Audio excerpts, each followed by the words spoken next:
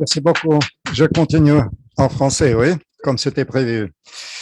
Bon, en quelques mots sur le Sahara, parce que c'est le plus grand désert du monde, se trouve sur le continent africain et il occupe le Sahara entière seulement de toute la superficie de l'Afrique, du continent. Et quand même, la distance est assez longue parce que elle prend le début, disons, à l'ouest, c'est à la côte atlantique, c'est Mauritanie, ensuite c'est le Mali, le Maroc, et à plus à l'est, c'est l'Algérie, la Tunisie et la Libye, et jusqu'à la mer Rouge. Ça continue encore Tchad et le Niger, un peu plus bas au sud de l'Algérie. C'est pour ça que vous voyez que le Sahara est partagé entre 10 pays africains. Des parcelles sont différentes, bien sûr. La plus grande et la plus spectaculaire partie appartient à l'Algérie. Voilà, c'est le destin comme ça qui a fait que l'Algérie est le plus grand possesseur du Sahara. Comme j'ai dit que elle s'étend de l'est à l'ouest à 5000 kilomètres et la superficie totale du Sahara, ça fait presque 9 millions de kilomètres carrés. C'est immense. Et pour l'Algérie, qui se trouve, disons, au milieu du Sahara, et la côte méditerranéenne qui occupe 10% du territoire du Sahara, c'est très peuplé. C'est 90% de toute la population de l'Algérie se trouve dans la partie nord, c'est-à-dire au nord de l'Atlas. C'est la montagne, la chaîne de montagnes Atlas qui passe de l'est à l'ouest à 2000 kilomètres et qui coupe la partie septentrionale de l'Algérie du sud, c'est-à-dire de la steppe, et ensuite c'est le désert qui commence après la steppe. Donc voilà, c'est un tout petit aperçu. Et en Algérie, les plus intéressants, les plus jolis paysages qu'on peut trouver dans le Sahara se trouvent là-bas. C'est-à-dire, il y a deux grands cercles du sable, ce sont des dunes qui se trouvent à l'est et à l'ouest du partie centrale de l'Algérie. C'est des ergues, grandes ergues orientales et grandes ergues occidentales. Ergue en arabe, c'est-à-dire c'est la mer des dunes. Voilà, ça confirme justement ce nom, ergue, mais en français, ça restait de l'arabe, on l'appelle ergue. Et c'est à peu près 500 kilomètres du sud au nord, du partie central de l'Algérie, du côté de l'Est et du côté de l'Ouest. Voilà. Et dans le milieu, dans ce milieu-là, c'est le désert rocailleux qui se trouve parce que il n'y a pas de sable, presque un tout petit peu. Et voilà. Et je vais vous projeter maintenant. C'est la première ville, l'Oasis, la ville l'Oasis, qu'on visite d'habitude dans le Sahara, c'est Gardaïa. De l'arabe, ça se traduit comme la grotte de Daya. C'est une jeune fille qui s'est débrouillée dans les alentours de cette ville-là. Mais c'est une capitale par laquelle tous les voyageurs du Sahara pénètrent dans le Sahara. C'est dans la partie algérienne, bien sûr. C'est un carrefour des voies de l'époque, des voies des caravanes qui passaient par là.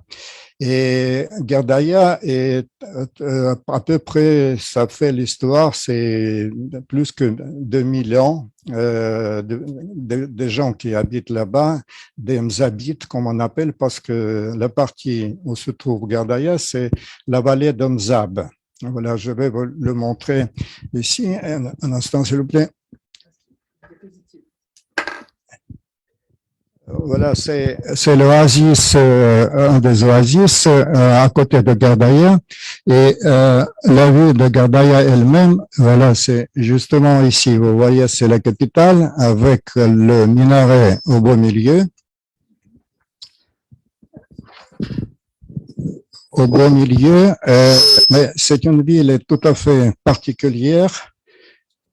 Je vais expliquer un peu plus tard. C'est que la population qui y vit, ce sont les Mzabites, comme on l'appelle. Mzabites, c'est une secte musulmane, secte islamique, mais tout à fait à part. Ils ont des règles, le code de vie très strict, plus strict que les autres musulmans.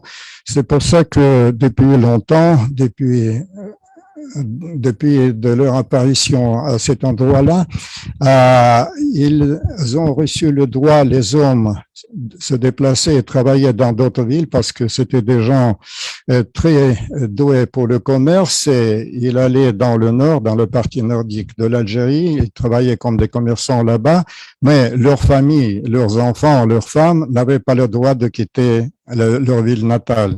C'est pour ça que toutes les richesses qu'il a accumulées dans d'autres villes, il a apporté chez eux, dans leur famille, dans leur maison. C'est pour ça que c'est une cité qui était très bien prospère parce qu'elle se trouvait pas très loin de la côte, très peuplée, et en même temps, voilà, il y avait des oasis et il y avait au total j'ai oublié de le dire parce qu'il y en a 5 villes. Gardaïa, c'est la capitale voilà, de la vallée de Mzab et c'est Pentapole, ça s'appelle parce qu'il y a 5 oasis qui entourent Gardaïa. Et le problème de Gardaïa, c'est que l'eau n'est pas tellement présente là-bas. Il fallait creuser dans une très grande profondeur pour trouver de l'eau et la faire monter sur la superficie pour arroser les palmeraies, et ensuite pour les besoins domestiques, pour boire, pour manger.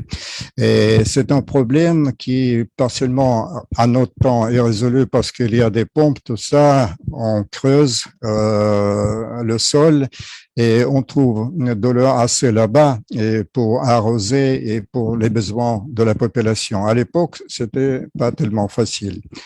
Mais Gardaïa est aussi, c'est un site très particulier parce que vous voyez la construction, elle est tout à fait à part.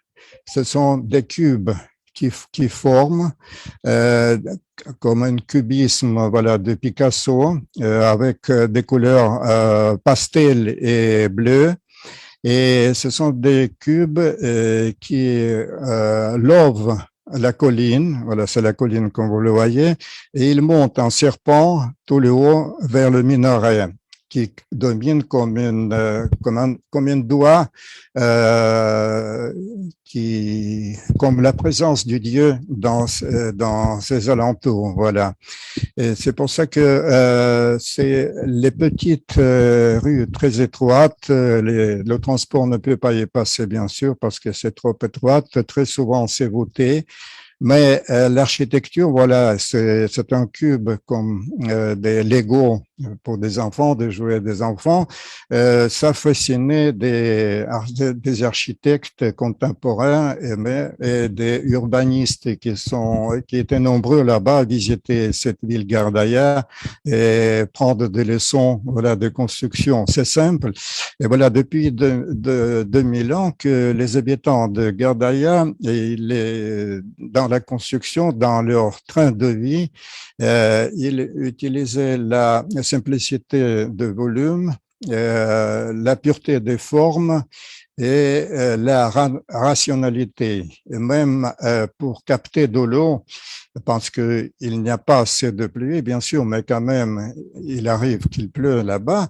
Et ils ont fait, voilà, dans cette petite rue de cette colline-là, une sorte de capteur de l'eau qui coulait par les rues, tout ça, et capteur qui prenait ces lots et le faisait monter dans les cours à eux pour remplir des bassins, voilà tout ça. C'est pour ça qu'il était ingénieux dans ce sens-là aussi. Voilà, si vous voulez, j'ai aussi des images du marché, parce que le marché ici à Gardaïa est particulier. D'habitude, dans les sites arabes, musulmans, le marché est au centre de la vie économique et culturelle, c'est-à-dire c'était le lieu de communication et du commerce, bien sûr. Tandis qu'ici, c'est étant donné, comme j'ai expliqué, que c'était une secte à part, très stricte et très serrée et pas tellement ouverte au monde, ils ont fait le marché à l'extérieur, c'est-à-dire à la confine de l'entrée dans la ville. C'est pour ça que les étrangers, en visitant le marché qui venaient de l'extérieur, ils n'avaient pas souvent le droit à l'époque de monter plus loin dans la ville elle-même. Voilà, si vous permettez, j'ai ma vidéo aussi. Можно запустить, да, Саш? Ага.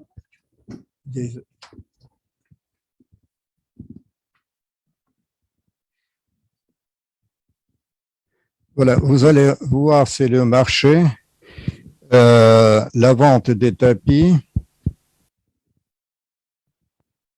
Non, ça c'est, on revient un peu en arrière, ça c'est le désert, voilà, semi-désert, disons, après la steppe et avant l'arrivée du désert elle-même. Voilà, c'est l'autoroute qui passe d'Alger dans le sud via Gardaïa et plus loin au sud. Vous voyez que la route n'est pas large, mais quand même de bonne qualité. Et ça, comme le moyen de communication, c'est très important. Et voilà.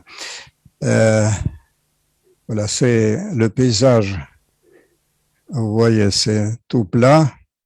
Et encore une petite souvenir, parce que j'ai expliqué à quelqu'un, c'est que ça fait 40 ans que j'ai fait le premier voyage là-bas. Le premier voyage, c'était en 1981, dans le Sahara elle-même, dans le désert.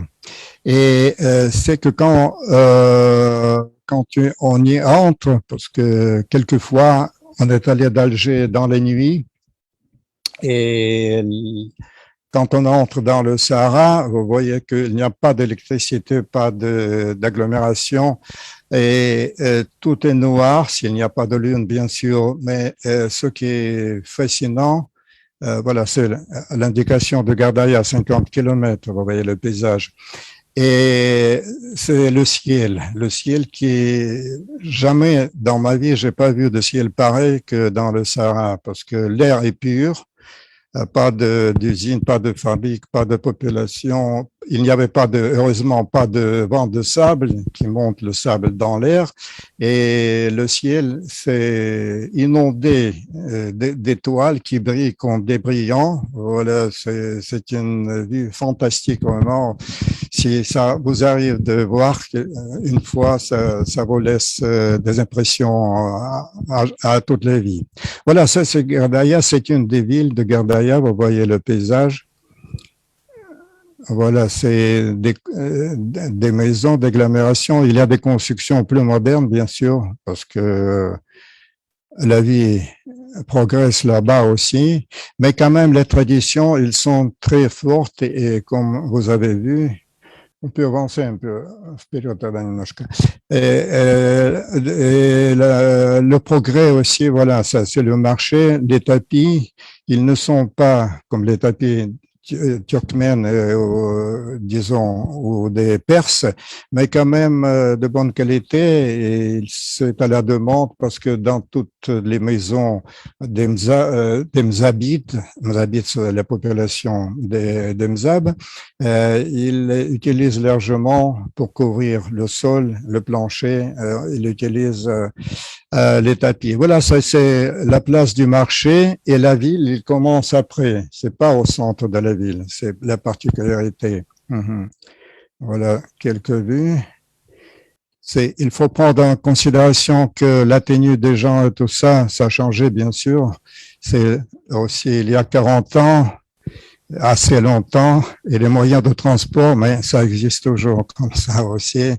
Anne, c'est indispensable dans le désert. Voilà, des objets en cuivre, tout ça. Voilà, c'est pour ça que tous les voyageurs qui veulent visiter la Sahara, le désert, ils doivent passer par Gardaïa. C'est le rond-point, disons, du Sahara. Bon, et en quelques mots, les particularités du travail, voilà, c'est la place du marché, du travail de la télévision. À l'époque, j'ai travaillé comme le correspondant. Nous étions deux, moi et mon caméraman, Andrei Koloshin. Et on utilisait, c'est pas comme les caméras actuelles, comme nous voyons, c'est tout petit, bien commode, de très haute qualité. À l'époque, c'était aussi la haute qualité la caméra, mais c'était la caméra à pellicule, et comme dans le cinéma, quand on tourne dans le cinéma, mais les pellicules plus étroites, Kodak, et de très bonne qualité, les images sont excellentes, mais et la caméra, c'était la caméra éclair, la caméra française d'une qualité excellente. Voilà, excusez-moi. Voilà, c'est de l'extérieur, c'est la Gardaïa. Vous voyez que c'est comme une rempart. Voilà, de l'extérieur pour se protéger, disons, de l'invasion possible. Voilà, c'est sur les rochers, les constructions, et voilà, c'est de loin, c'est la Gardaïa, et au premier plan, voilà, c'est comme le mur, le rempart qui entoure toute cette cité sur la colline. Donc voilà, c'est pour ça que avec cette caméra à pellicule, c'était très très problématique bien sûr parce qu'il fallait changer de pellicule, de bande. Et ce que nous avons acheté des bandes, c'est quelques minutes et le caméraman, il était obligé dans le noir, il se fait en construction comme ça, il devait sur les bobines embobiner voilà en quantité indispensable de cette pellicule pour le mettre dans la caméra aussi dans le noir. Tout ça, c'est vraiment une casse-tête actuellement. C'est imaginable bien sûr, et surtout que c'est pour quelques minutes, 10 minutes à peu près maximum de vidéos qu'on pouvait tourner. Et en plus, il y avait même des normes chez nous à la télévision soviétique, c'est que c'est 3/4, c'est-à-dire on utilisait un quart, c'est quand on fait les montages, c'est les montageurs qui faisaient, et 2 parties, c'est dans la poubelle, c'est-à-dire la qualité peut-être est bonne, mais qui n'entrait pas, n'entrait pas dans le sujet d'information. C'est pour ça que c'était la norme en quart, qu'on doit filmer. Voilà, ça, ce sont les dromadaires. Par rapport aux dromadaires, c'est que dromadaires, c'est pas les vaisseaux de désert, comme on dit chez nous actuellement, parce qu'ils sont venus dans le Sahara beaucoup plus tard que les autres animaux, c'est-à-dire il y a 2000 ans seulement. Voilà, c'est au début de notre ère que les dromadaires sont apparus là-bas, qui étaient amenés par les colonisateurs de l'Est de la péninsule arabique, tandis qu'avant, c'était des troupeaux et c'était de chevaux. Il n'y avait pas de chameaux, des dromadaires, parce que des chameaux chez nous, comme dans l'Asie centrale, c'est à deux. bosses, et tandis qu'ici, ils sont à seul boss, ce sont des dromadaires. Vous voyez, c'est la différence petite. Ah, можно остановить, hein? Ça, c'est une autre chose, je vais vous parler après. Euh, bon, voilà, c'est pour ça que le travail était difficile et parfois aussi le problème, c'était de filmer des gens parce que les caméras étaient assez lourdes et on ne pouvait pas porter avec nous le trépied et pour stabiliser l'image, pour que l'image soit plus nette. Et voilà, c'est mon caméraman qui a eu une hésité. Les femmes, certains hommes dans le désert, dans les villes, en Algérie, il était toujours effrayé par les caméras, par les photos. Il ne voulait pas d'être filmé et photographié. Et voilà, il y a une idée ingénieuse, c'est qu'il a mis le viseur de l'autre côté, il renversé. Et la caméra, elle mettait sur l'épaule et tournait le dos aux personnes qu'il voulait filmer. C'est-à-dire personne qui voyait un homme tourner, il n'avait pas aucun souci, il n'a aucun doute qu'il y a quelque chose qui ne sera pas. Et il filmait, sa personne pouvait passer librement, largement. Voilà. Bon, je coupe pour l'instant. Bon, ça c'est Gardaïa. Nous avançons un peu plus loin. C'est une autre oasis qui est remarquable, c'est le Gholéa. Qui s'appelle comme ça et qui porte le nom de la forteresse de la citadelle qui surplombe la ville.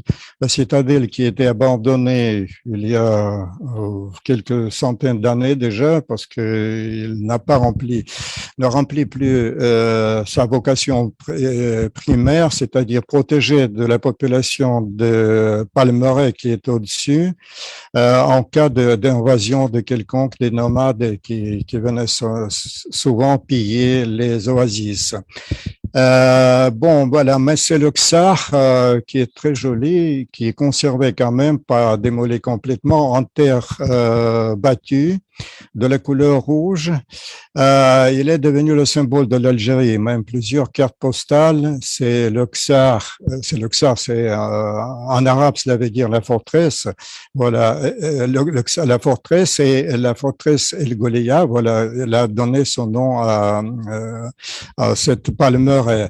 Et voilà, c'est devenu le symbole de l'Algérie. Sur les photos, les cartes postales, parfois, ce Ksar est présente. Bon, et El Gholéa est connu aussi par les palmeraies qui se trouvent à quelques kilomètres de cette citadine et elle est remarquable par c'est la qualité des palmiers qui se trouvent là-bas parce que chaque palmier est différent, pas d'après sa composition, mais d'après les sortes de variétés de dattes qui produisent ces palmiers.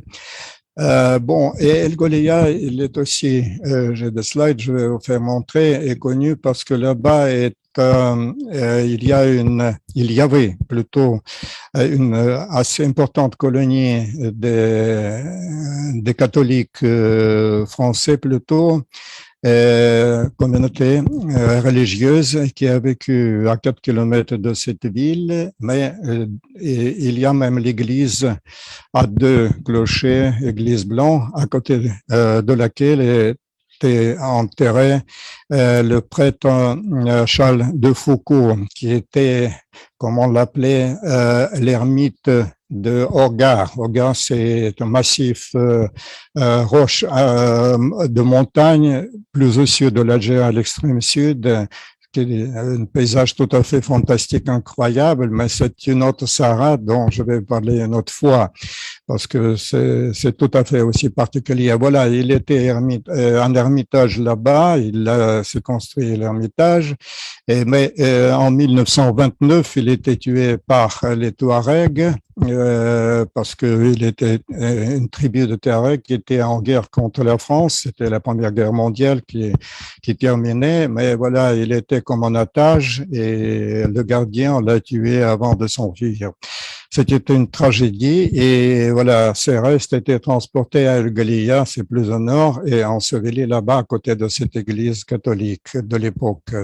Mais actuellement, c'est le sable qui avance toujours et de tous les côtés, et le palmeraie qui devient de plus en plus pauvre, c'est-à-dire des arbres sont mortes, et voilà, le tombeau même est enseveli aussi. Il fallait le creuser pour découvrir les dalles du prêtre Foucault. Bon, El Ghalia, voilà, comme j'ai dit, que cette particularité, ce sont des dates, parce que, excusez-moi, je me permets de vous faire montrer des images. Voilà, une petite pause.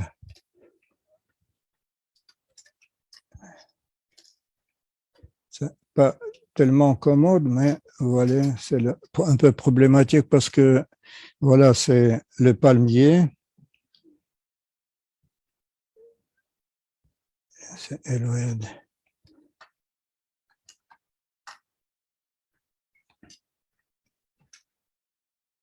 Voilà, c'est El Ghalia, comme vous le voyez, c'est la montagne là-bas se trouve, voilà, à Luxor.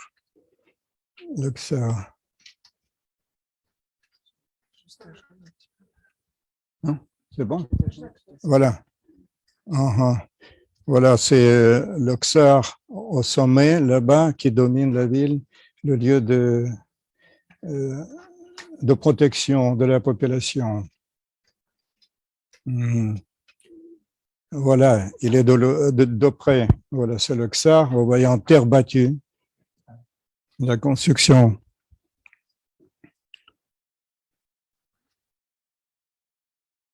C'est quoi ça? Voilà, El Ghalia, toujours. Voilà, ce sont la population locale dans le habit traditionnel.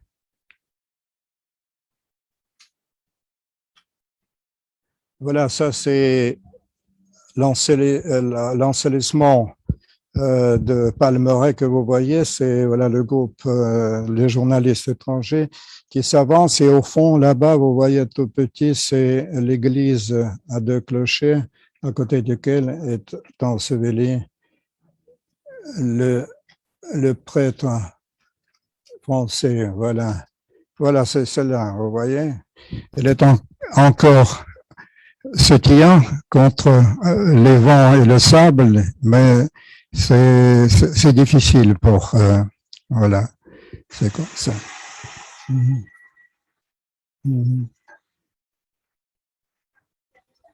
Voilà.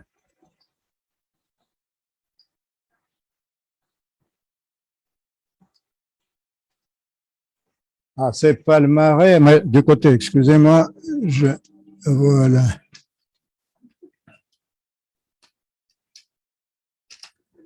Alors, c'est juste à l'heure, c'est renversé. Voilà, c'est le palmier, vous voyez, le palmier dattier. Bon, quelques mots sur les palmiers dattiers, parce que c'est intéressant. Palmier dattier, quand on le plante, il faut attendre 10 ans pour qu'il commence à donner les fruits. 10 ans, il faut arroser jour et nuit, parce que le palmier exige beaucoup d'eau, et comme on dit là-bas, les Félacs, les paysans locaux, ils disent que le palmier dattier, parce qu'il y a plusieurs sortes de palmiers, mais c'est le palmier dattier doit avoir la tête au soleil et les pieds dans l'eau. c'est-à-dire les racines dans l'eau. Autrement, ça ne sera pas, il sera morte, l'arbre. Voilà, les dattiers, il y a 70 sortes, variétés de dattiers, de palmiers dattiers en Algérie. Et la meilleure, c'est Deglet Nour. Peut-être vous les avez vus en vente parce que de l'Algérie, on ne reçoit pas beaucoup, mais de Tunisie aussi, il y a la même sorte qui s'appelle Deglet Nour, c'est-à-dire en traduction de l'arabe, c'est les doigts de lumière. C'est la meilleure qualité. Ils sont onctueux, grasses et clairs, comme les fruits, les dattes elles-mêmes. Et il y a une sorte d'Eglet Beida qui est plus petite, plus sec, qui est moins de qualité, mais quand même il existe aussi. Il y a une troisième sorte qui s'appelle Garce, mais ils sont très durs, mais très sucrés. Et on le conserve en les comprimant.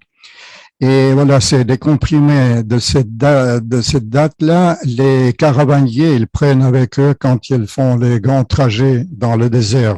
C'est-à-dire, c'est comme leur pain avec lequel ils nourrissent. Voilà, c'est 70 espèces et la vie générale de palmier, c'est 70 ans aussi, 70 ans, 80 ans. Et le rendement le plus grand, c'est 30-40 ans.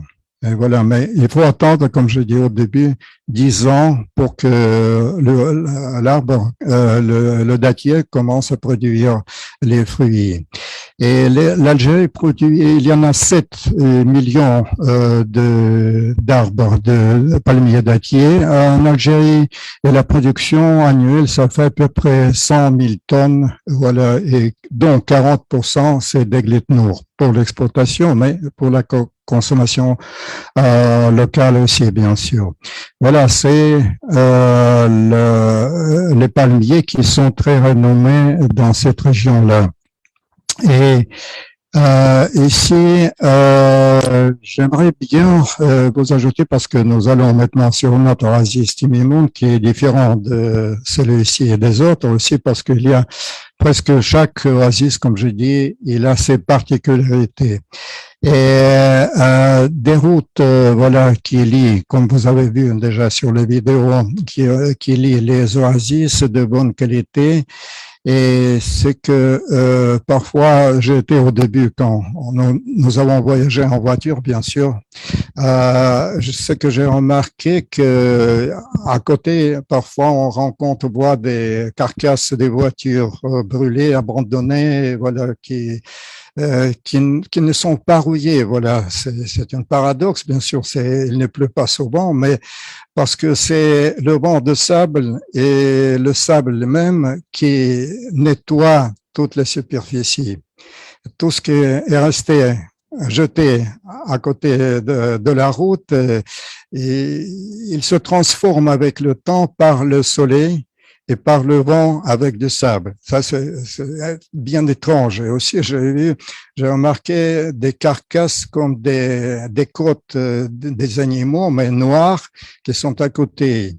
Et j'ai pas compris. Ensuite, on s'est arrêté. J'ai vu que ce sont des pneus jetés, crevés peut-être parce qu'il fait chaud. Et ça arrive souvent que les pneus sont crevés à des voitures, des camions, tout ça. Ils sont jetés.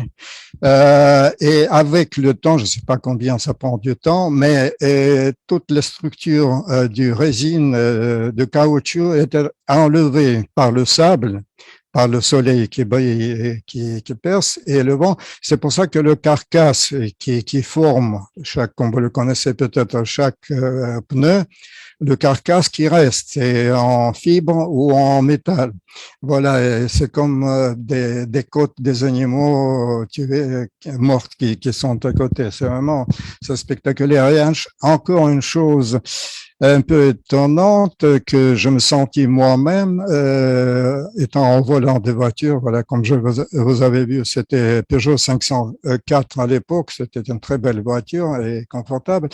Mais on voyageait, se déplaçait assez souvent dans la nuit. Et voilà, c'est le paradoxe que que nulle part ailleurs j'ai pas remarqué. Pour moi, c'est personnellement mes impressions, c'est que quand vous roulez avec les feux, bien sûr, de route, des voitures, elles sont très rares. Vos 10, 15 minutes, vous pouvez rouler sans aucune voiture, ni derrière, ni devant. C'est vide, c'est désertique, disons, comme dans le désert.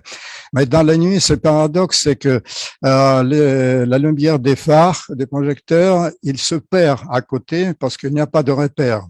Voilà, c'est la route goudronnée. À côté, c'est du sable, mais c'est tout.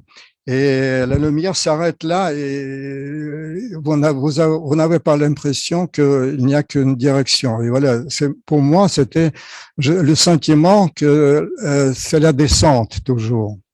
C'est qu'il faut mettre dans le boîte un neutre et vous pouvez rouler en descendant. Mais c'est une illusion comme dans les oasis, dans le désert, les oasis, qu'il y a des oasis quelque part parce que c'est dans la journée.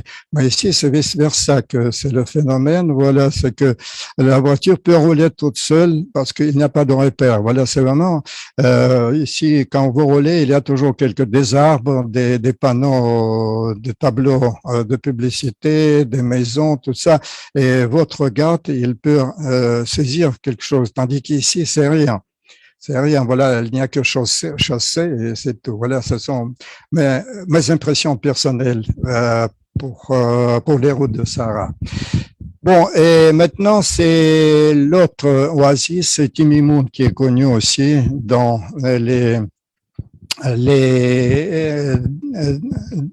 il est connu parmi les voyageurs de l'Algérie parce qu'il est très souvent visité et sa particularité, c'est qu'il est en terre rouge. Il s'appelle aussi l'oasis rouge, Timimoun. Et il est connu aussi par la population. Vous avez vu des personnes en tenue traditionnelle, folklorique, je vais montrer aussi. Ce sont des peuples, ils sont de race négroïde, plutôt parce que Timimoun, c'était le centre principal de l'esclavage en Algérie. Voilà, il y avait l'esclavage au nord, c'est Alger même, la capitale aussi, parce que Alger, si vous le connaissez, c'est à peu près 4 ans qui a passé l'écrivain espagnol, l'auteur de Don Quichotte. Voilà, il était aussi là-bas comme l'esclave. Et il paraît que, voilà, à partir du Moyen-Âge, à l'époque de la Turquie ottomane qui occupait l'Algérie, et il y avait à peu près 1,4 million étrangers européens qui se trouvaient là-bas. Ouais. Comment vous avez dit qu'elle s'appelait, cette capitale de l'esclavage? Ah, Timimoun. Timimoun, oui. C'est au sud, voilà, c'est la capitale, mais pour cette région, bien sûr, pour la région de Sahara, le Sahara algérien. Voilà, et le Timimoun, il est connu aussi parce que la première fois qu'on rencontre là-bas, dans cet oasis, on rencontre un système d'irrigation qui s'appelle Foggara. En traduction, je ne connais pas qu'est-ce que cela veut dire ce mot, mais c'est un système tout à fait ingénieux des constructions qui datent du 11e jusqu'au 16e siècle.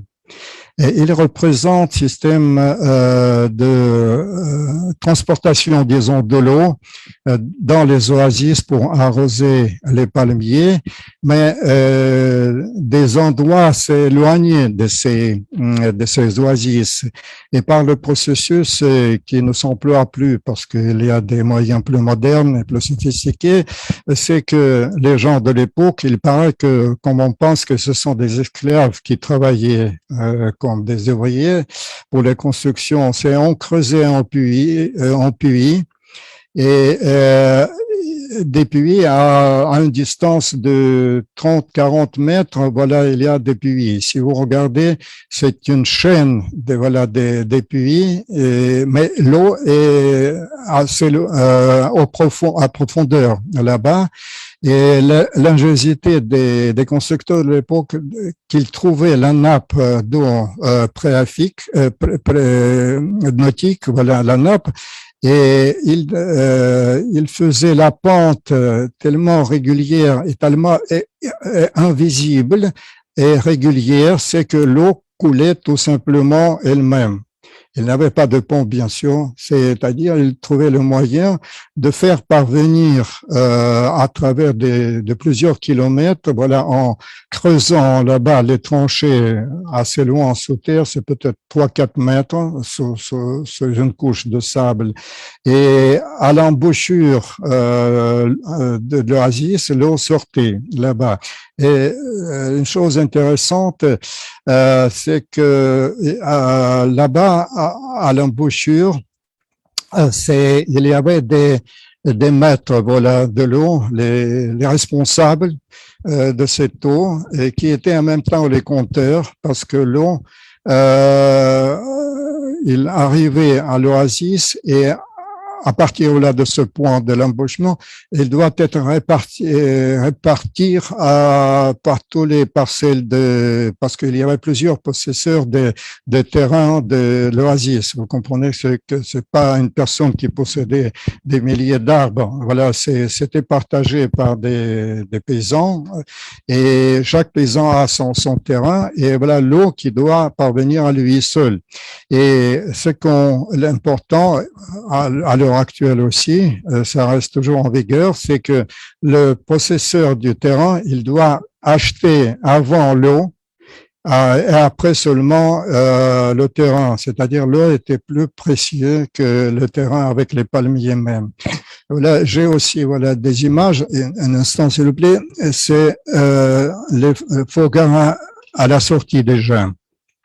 C'est-à-dire voilà, c'est les pennes qui distribuent l'eau. Voilà, c'est les palmiers, comme vous le voyez, c'est dans un petit lac.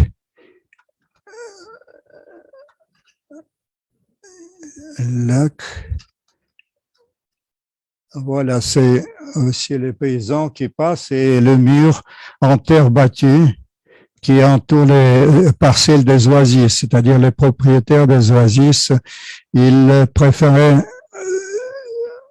Voilà, c'est le propriétaire, c'est en fait l'art qui nous prépare le thé. Je vous en parlerai maintenant. Voilà, sa particularité, c'est que c'est un là qui ne parlait pas français. Il y avait l'accompagnateur de Wilaya, c'est à l'administration locale.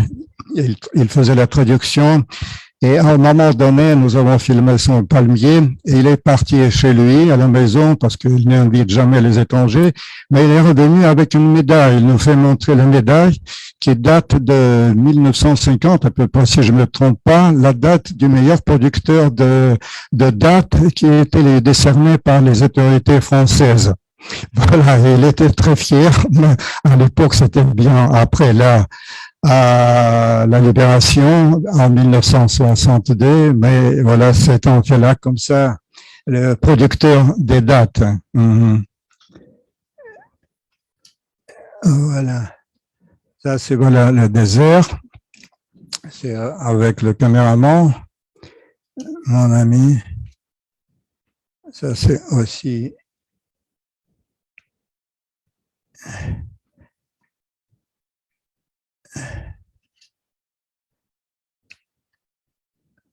Bon, voilà, ça c'est le désert et avec ces grands arcs orientales de Gardaya qui passent au nord à 500 kilomètres de distance encore. C'est immense, voilà.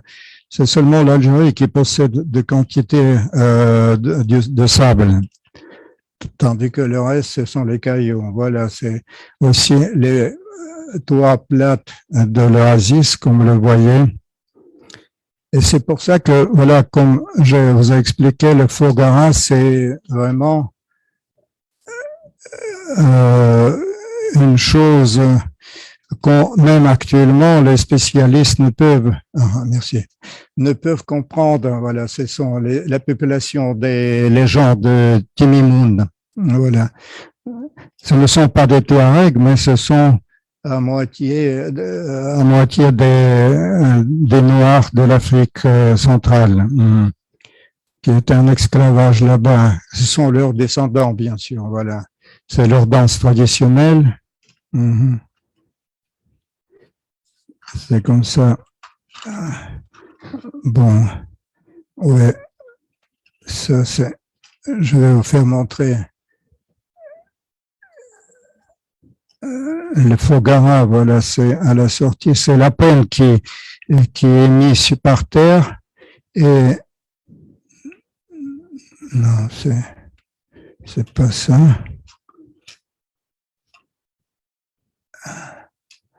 Vous m'excusez, ça prend en tête. Ah, voilà.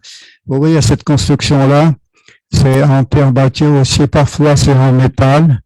C'est comme le barrage et des petits ruisseaux qui commencent à couler. Voilà, chacun sa destination pour arroser, voilà, les palmiers des propriétaires. Voilà, ça c'est en ce qui concerne Timimoun. C'est pour ça que c'est vraiment une chose incroyable, ces constructions-là. Actuellement, on a des pompes électriques, bien sûr, parce que pour pomper de l'eau, et même à Narassis et le Goléa, nous avons tourné et un homme s'approche et il nous parle le russe. C'était un Arménien, parce qu'à l'époque de l'Union soviétique, il y avait beaucoup de spécialistes aussi de toutes les républiques. C'était un Arménien et il était hydrologue qui travaillait à la demande des Algériens dans cette oasis pour satisfaire leurs besoins en eau potable. Voilà, c'est comme ça. Bon, et après Timimoun, il faut quelques mots dire de l'autre, disons, notre histoire, un événement plutôt qui est lié avec le Sahara que vous connaissez. Bien sûr, c'est le célèbre rallye Paris-Dakar. J'ai eu le plaisir de voir tout ça presque au début de la création de ce rallye qui date de 1977, non, 18. En 1977, c'est son fondateur, très énergique, Thierry Sabine, qui participait en 1977 dans le rallye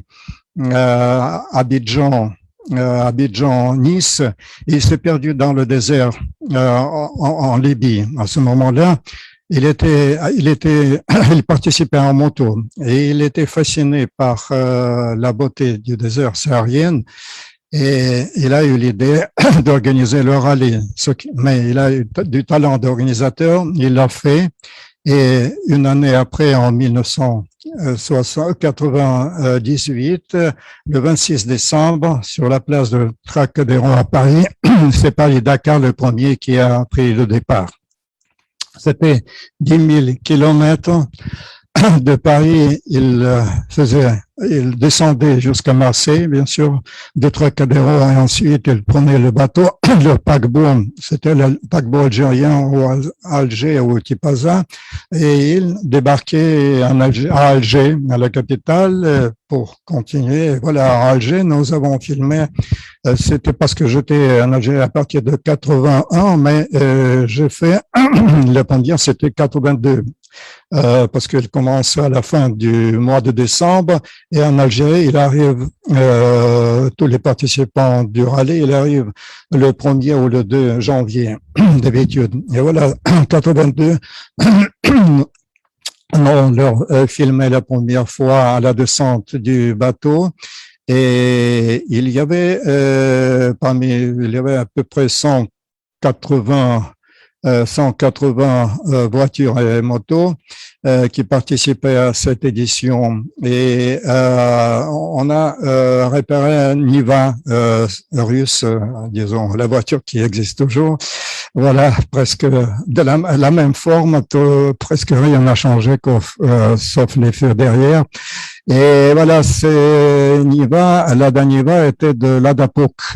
C'est une tête dealer français qui achetait de l'Ada et vendait en France. Parfois, il modifiait un peu l'extérieur, quelque chose d'ajouté pour enjolir les voitures, mais ça marchait pas mal à l'époque.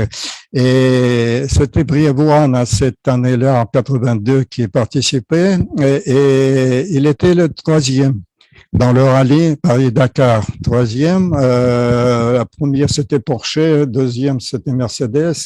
Et je lui ai posé la question, pourquoi vous venez avec cette voiture trop petite par rapport aux autres? Il dit que c'est un avantage, il m'a expliqué, parce qu'elle est très léger même. Il y en avait deux voitures, je pense, que dans leur équipe. Il était allégé, c'est-à-dire les portes qui sont en métal, elles étaient remplacées par celles de plastique. Ils ont enlevé les pare-chocs pour diminuer aussi le poids. Des verres du côté du conducteur étaient enlevés. On met le plastique aussi, mais c'est pour la sécurité, parce que si ça casse, pour ne pas blesser le conducteur sans copier. Et par contre aussi, chose la plus importante, c'est qu'ils ont remplacé le moteur de Niva, Lada, par un Chrysler qui était 3 fois plus supérieur. Et voilà, vous voyez, parce qu'il fallait de la puissance pour faire le trajet de 10 000 kilomètres. Il a réussi. Et il m'a expliqué aussi, c'est que la voiture était trop petite et trop légère. Elle comment dirais-je, elle se détériorait moins que les lourdes, disons, Mercedes ou d'autres voitures. Parce que leur poids et à tous les secousses qu'il effectuait, parce que les routes, vous voyez, c'est les cailloux, tout ça, elle s'abîmait elle-même, les voitures, voilà, qui sont trop lourdes. Tandis que Niva, elle est plus légère, elle passait à travers, disons, elle survolait les obstacles, voilà, comme ça. Et c'est pour ça qu'en 82, comme j'ai expliqué, il était le troisième, non, à 81, pardon, elle était troisième, à 82, elle était deuxième, et 83 aussi deuxième. Niva était à 2 reprises, à 2 années de suite, elle était deuxième. Et en 1986, c'était quatrième place, et ensuite, je pense qu'elles sont sorties des compétitions, étant donné que des voitures occidentaux étaient beaucoup plus perfectionnées, disons, de ce point de vue. Mais par contre, c'était le rallye unique parce que le rallye qui rassemblait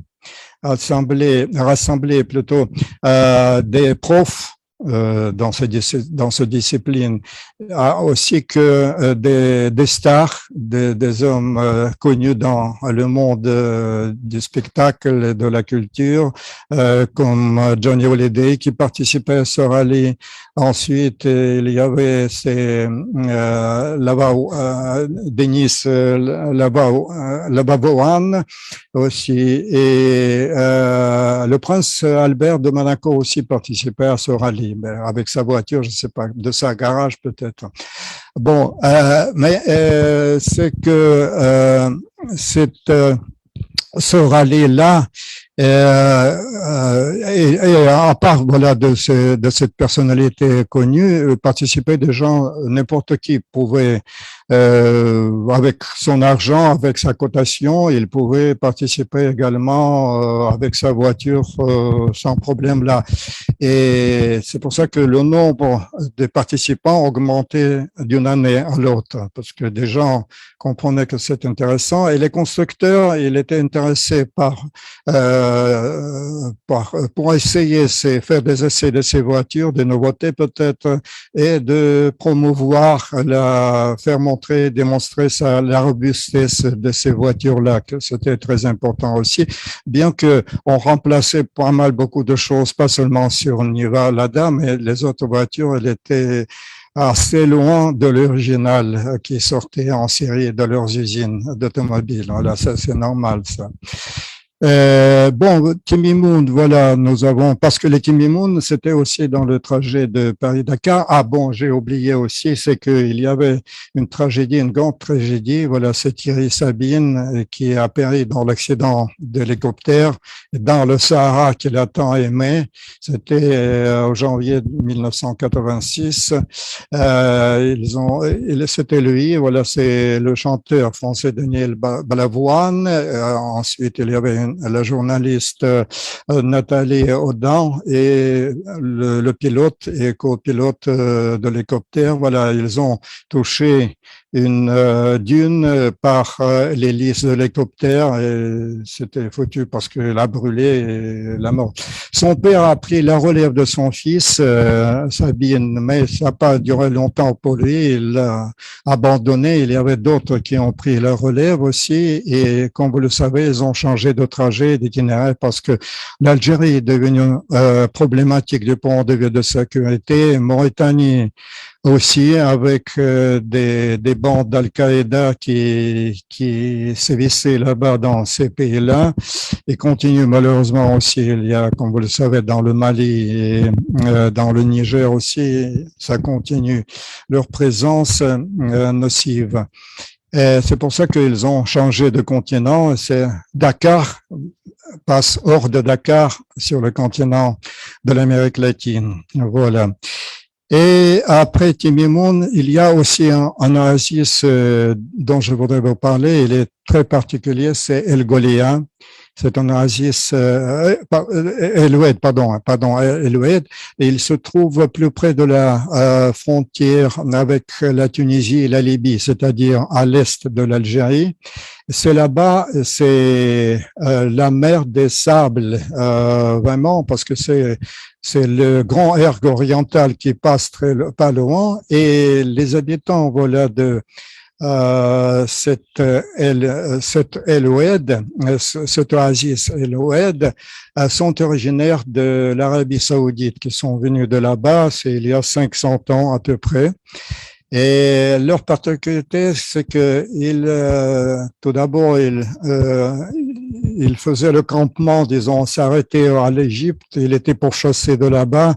Puis il était à Tripolitaine, c'est le territoire actuel de la Libye. Ensuite, il était pourchassé aussi de là-bas. Il était en Tunisie pas longtemps, et ensuite ils sont venus en Algérie, plus à l'ouest, et ils ont trouvé c'est l'endroit Tougourt qui leur plaît en premier lieu. Mais il y avait, parce qu'il y avait de l'eau à l'abondance là-bas, ce qui est très important pour les habitants de Sahara. Mais l'autre problème qui a surgi et qui les a poussés de là-bas, c'était la malaria, dont ils ne pouvaient pas combattre. Voilà, ici, je voudrais dire que c'est les Français, après la colonisation à partir de 1832, 30, pardon, ce qu'ils ont réussi à déraciner la malaria de l'Algérie grâce à plantation des arbres, c'est comment elle s'appelle, des grands arbres dont les racines pompent l'eau et dessèchent. C'est le nord de l'Algérie, c'est pour ça que il est. Hein? Non, c'est pas au bac, c'est des grands arbres. J'ai oublié comment ça s'appelle. Eucalyptus, voilà. Eucalyptus, et ça donne un résultat très vite et bien réussi. La France là-bas, c'est que voilà, sur la côte, la malaria était éradiquée. Mais là-bas, voilà, c'est il y a 500 ans quand même pour les habitants de l'Oued, c'était le fait, et ils sont rentrés plus à l'est, voilà, dans cet endroit actuellement où il se trouve, c'est El Oued. El Oued en arabe, c'est-à-dire c'est le lit de rivière sèche. C'est-à-dire, c'est le rivière, les remplissent, les oueds, ils existent toujours, ils sont visibles sur la superficie, et quand il pleut, mais ça arrive de temps en temps dans le Sahara, c'est des pluies torrentielles. Un peu plus tard, je vais raconter une histoire. là-dessus. C'est les oued, ils remplissent en un clin d'œil parlons, et c'est très dangereux. S'il y a des animaux, des gens là-bas, on peut être emporté et périr dans cette courant. C'est très dangereux. Voilà, cette oasis, il s'appelle El Oued aussi, mais sa particularité parce qu'il se compose de 20 villages à peu près, et c'est que c'est pas l'oasis comme les autres, c'est-à-dire, vous les avez vus, c'est de la forêt des palmiers dattiers et les ruisseaux qui coulent à l'intérieur. Même aussi, j'ai oublié de le dire, c'est que sous les pommiers, comme il y a une couverture, disons, les feuilles qui couvrent, on fait planter des légumes, des fruits, même des orangers aussi, parce que si en dehors ça pousse pas, c'est le soleil qui brûle tout, tandis que sous la couvert des palmiers, des palmiers dattiers, ça se pousse merveilleusement bien. Même parfois on cultive là-bas du blé, aussi un tout petit peu de parcelles du blé, mais ça se fait aussi à leur niveau. Et voilà, El Oued, c'est une autre chose, c'est que là-bas, presque chaque plantation d'arbres est individuelle. Et pourquoi? Voilà, les anciens habitants qui étaient pourchassés partout, ils sont venus là-bas parce qu'ils ont trouvé que en creusant le sable, on trouve assez facilement de l'eau qui n'est pas... Ah. Oui, je vais continuer. C'est pas très profond, l'eau se trouve. Ils ont trouvé ça et ils ont poussé les racines, disons, comme ça pour eux, parce qu'ils commençaient à creuser les cuvettes dans le sable et là-bas, ils plantaient des palmiers dattiers qui poussaient. Il fallait arroser, comme j'ai dit, 10 ans pour que ça donne des fruits. Et c'est vraiment le travail, c'est comme le mythe de Sisyphe, vous le connaissez, c'est le travail de Sisyphe. Parce qu'il fallait pour les gens, pour les habitants, pour les paysans, les félars, comme ils s'appellent, à enlever tout sable chaque jour, le monter. C'est pour ça que les cratères que nous voyons, c'est artificiel. À l'intérieur se trouve la palme, un palmier, 2, 3, 4, mais ça dépend, voilà, du parcelle qu'il possède. Et voilà, c'est que on dit que ça s'effectue le travail à l'aide de bras d'homme et de d'âne. Voilà ce que je vais expliquer. Le bras d'homme, c'est clair, parce que l'homme, il n'y a pas de machine, il n'y a pas d'outil, c'est la pelle et des couffins qu'il remplit. Chaque couffin à peu près 50 kilos qui pèse, rempli du sable et d'âne. Et âne, sur le dos duquel il charge de deux côtés, voilà, deux couffins. Et avec lui, avec son âne, il monte sur la crête, vous vous imaginez, voilà, du sable, pour déverser. Voilà, le contenu, c'est à peu près, voilà, c'est le poignet de sable pour déverser des rangs de la cuvette des palmiers. Voilà, ça c'est vraiment le travail. C'est pour ça que deux personnes, l'homme et l'âne, qui le font régulièrement, parce que autrement, c'est fini, c'est le vent, le sable, il engloutit très vite cette construction-là, et c'est pour ça que les gens n'ont rien à faire.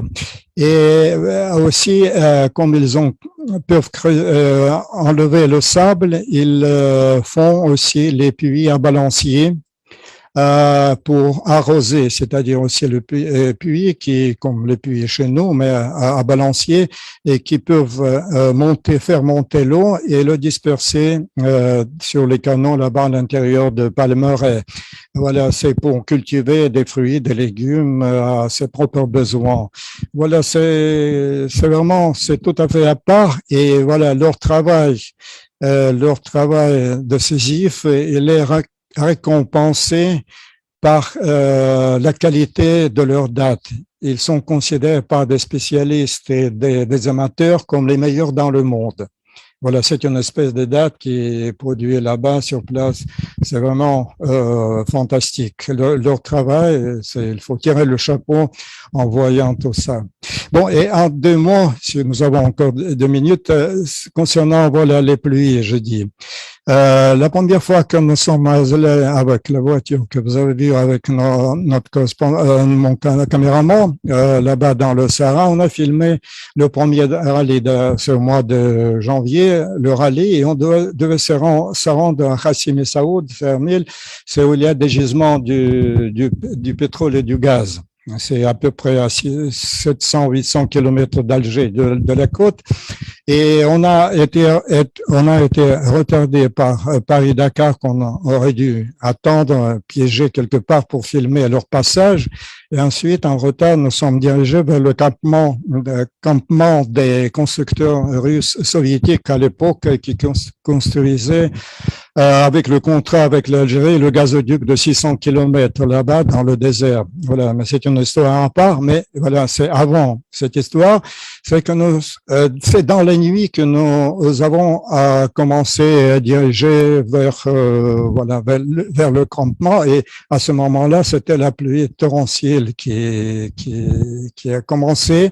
Jamais vu de choses pareilles, et c'était plat, pas de voiture, rien, des cailloux de sable à côté, mais parfois la route n'est pas idéalement horizontale, et parfois il y a de petites voûtes, et c'est l'eau qui passe à travers. Parfois c'est assez large. Au début, j'ai pas remarqué ça et j'ai pas freiné. Et vous comprenez, quand il y a une flaque d'eau assez lente, ça freine la voiture et c'est un peu dangereux, ça devient. Mais voilà, 2, 3, 4 fois parce que je roulais à 100 km à peu près et ça est arrivé. Mais j'ai continué la pluie. Et en avant, juste à l'horizon, c'était une image féerique. Ce sont les éclairs que j'ai jamais vu en une quantité tellement. C'était tout le ciel, voilà, sur l'horizon assez loin, qui était bouclé par les éclairs qui de deux côtés, horizontal, vertical, de gauche à droite, c'était une féerique, vraiment. Malheureusement, on n'a pas filmé, mais peut-être la caméra ne pourrait pas tout ça donner parce que les yeux, ça se voit beaucoup mieux, mais c'est féerique. Bon. Et à un moment donné, je continue et j'entends qu'il y a de l'eau qui bouge quelque part, mais on n'a pas pris de jerrycan avec nous, surtout que dans le réservoir, j'entends jamais le bruit de l'essence, mais j'entendais vraiment que quelque chose qui se déplace, comme l'eau dans un récipient quelconque. Et donc quelques minutes après, c'est André, mon camarade, observé, dit j'ai tous mes pieds mouillés. Je dis comment? Et c'est exactement, on s'est arrêté, heureusement que la pluie a cessé, et toute la partie droite des passagers de la voiture était pleine d'eau. Voilà, c'est le canal qui passe là-bas sur le siège, il était rempli. C'est l'eau que j'ai entendu couler quand la voiture bougeait. Il y avait comme sur les barques, voilà tout ça. Et après, quand on est arrivé, heureusement qu'on avait une boîte vide et on a commencé à évacuer l'eau de l'intérieur de la voiture pour continuer. Et à l'arrivée, le lendemain, à l'arrivée à notre campement, j'ai regardé que sous aile droite, il y avait du côté du conducteur, il y a un bouchon là-bas, il y a un trou technique de construction qui était bouché par un plastique, mais de l'autre côté, il n'y en avait pas. Il était perdu, je ne sais pas, par mon prédécesseur, peut-être dans la voiture. Et il n'y avait que 2 tapis à l'intérieur de la voiture et le trou de l'extérieur. l'intérieur. C'est pour ça que l'eau que j'ai injectée à l'intérieur et remplissée, voilà tout le passage à droite. C'est pour ça que les pluies dans le Sahara, c'est pas une mythe, c'est vraiment, ça peut arriver et c'est vraiment, ça va bien. Et par contre, voilà, c'est sous l'Algérie, c'est la plus grosse partie. Et à peu près, on compte les spécialistes 600 000 mètres carrés de l'eau. C'est-à-dire, c'est une mer qui se trouve, mais on ne connaît pas exactement la configuration, ça se trouve, mais de l'eau, il y en a beaucoup sous le Sahara, vraiment, parce que avant même, voilà ce que j'ai vu aussi moi-même de mes propres yeux dans le campement des constructeurs russes, j'ai vu, voilà, de cette dimension-là, ces coquilles qu'ils ont creusé parce qu'ils faisaient les tronches que l'excavateur a trouvé quand il faisait le lit pour le gazoduc. Et ça prouve que c'est le coquille qui vient de l'océan qui se trouvait à cet emplacement. Voilà, c'est des millions d'années. Voilà, j'ai vu ces géants, vraiment coquilles comme ça. Bon, voilà, c'est tout pour l'instant, si vous permettez. Pour le reste, pour le vidéo, malheureusement, je ne sais pas si nous n'avons pas le temps, c'est tout. Peut-être la fois prochaine. Comment?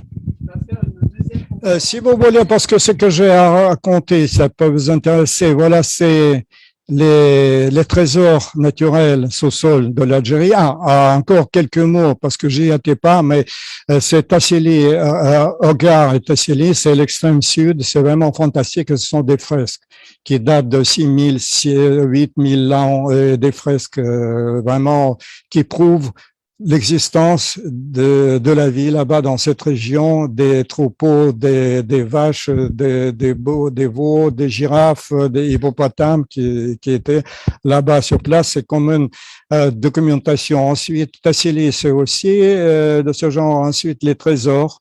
C'est le gisement, voilà, la construction du gazoduc. Et ensuite, ce qui est intéressant, je trouve, c'est Mauritanie aussi, partiellement. On a été là-bas, c'est les minéraux et le port de minéraux qui est particulier aussi. Il y a des choses fantastiques et voilà, le plus grand train dans le monde qui existe, qui transfère les minéraux de fer dans le port pour l'exportation. Voilà, comme ça. Merci. Bravo pour votre attention. Excusez, j'étais trop rapide, peut-être pas trop convaincant pour vous, mais j'ai essayé de le faire pour la première fois.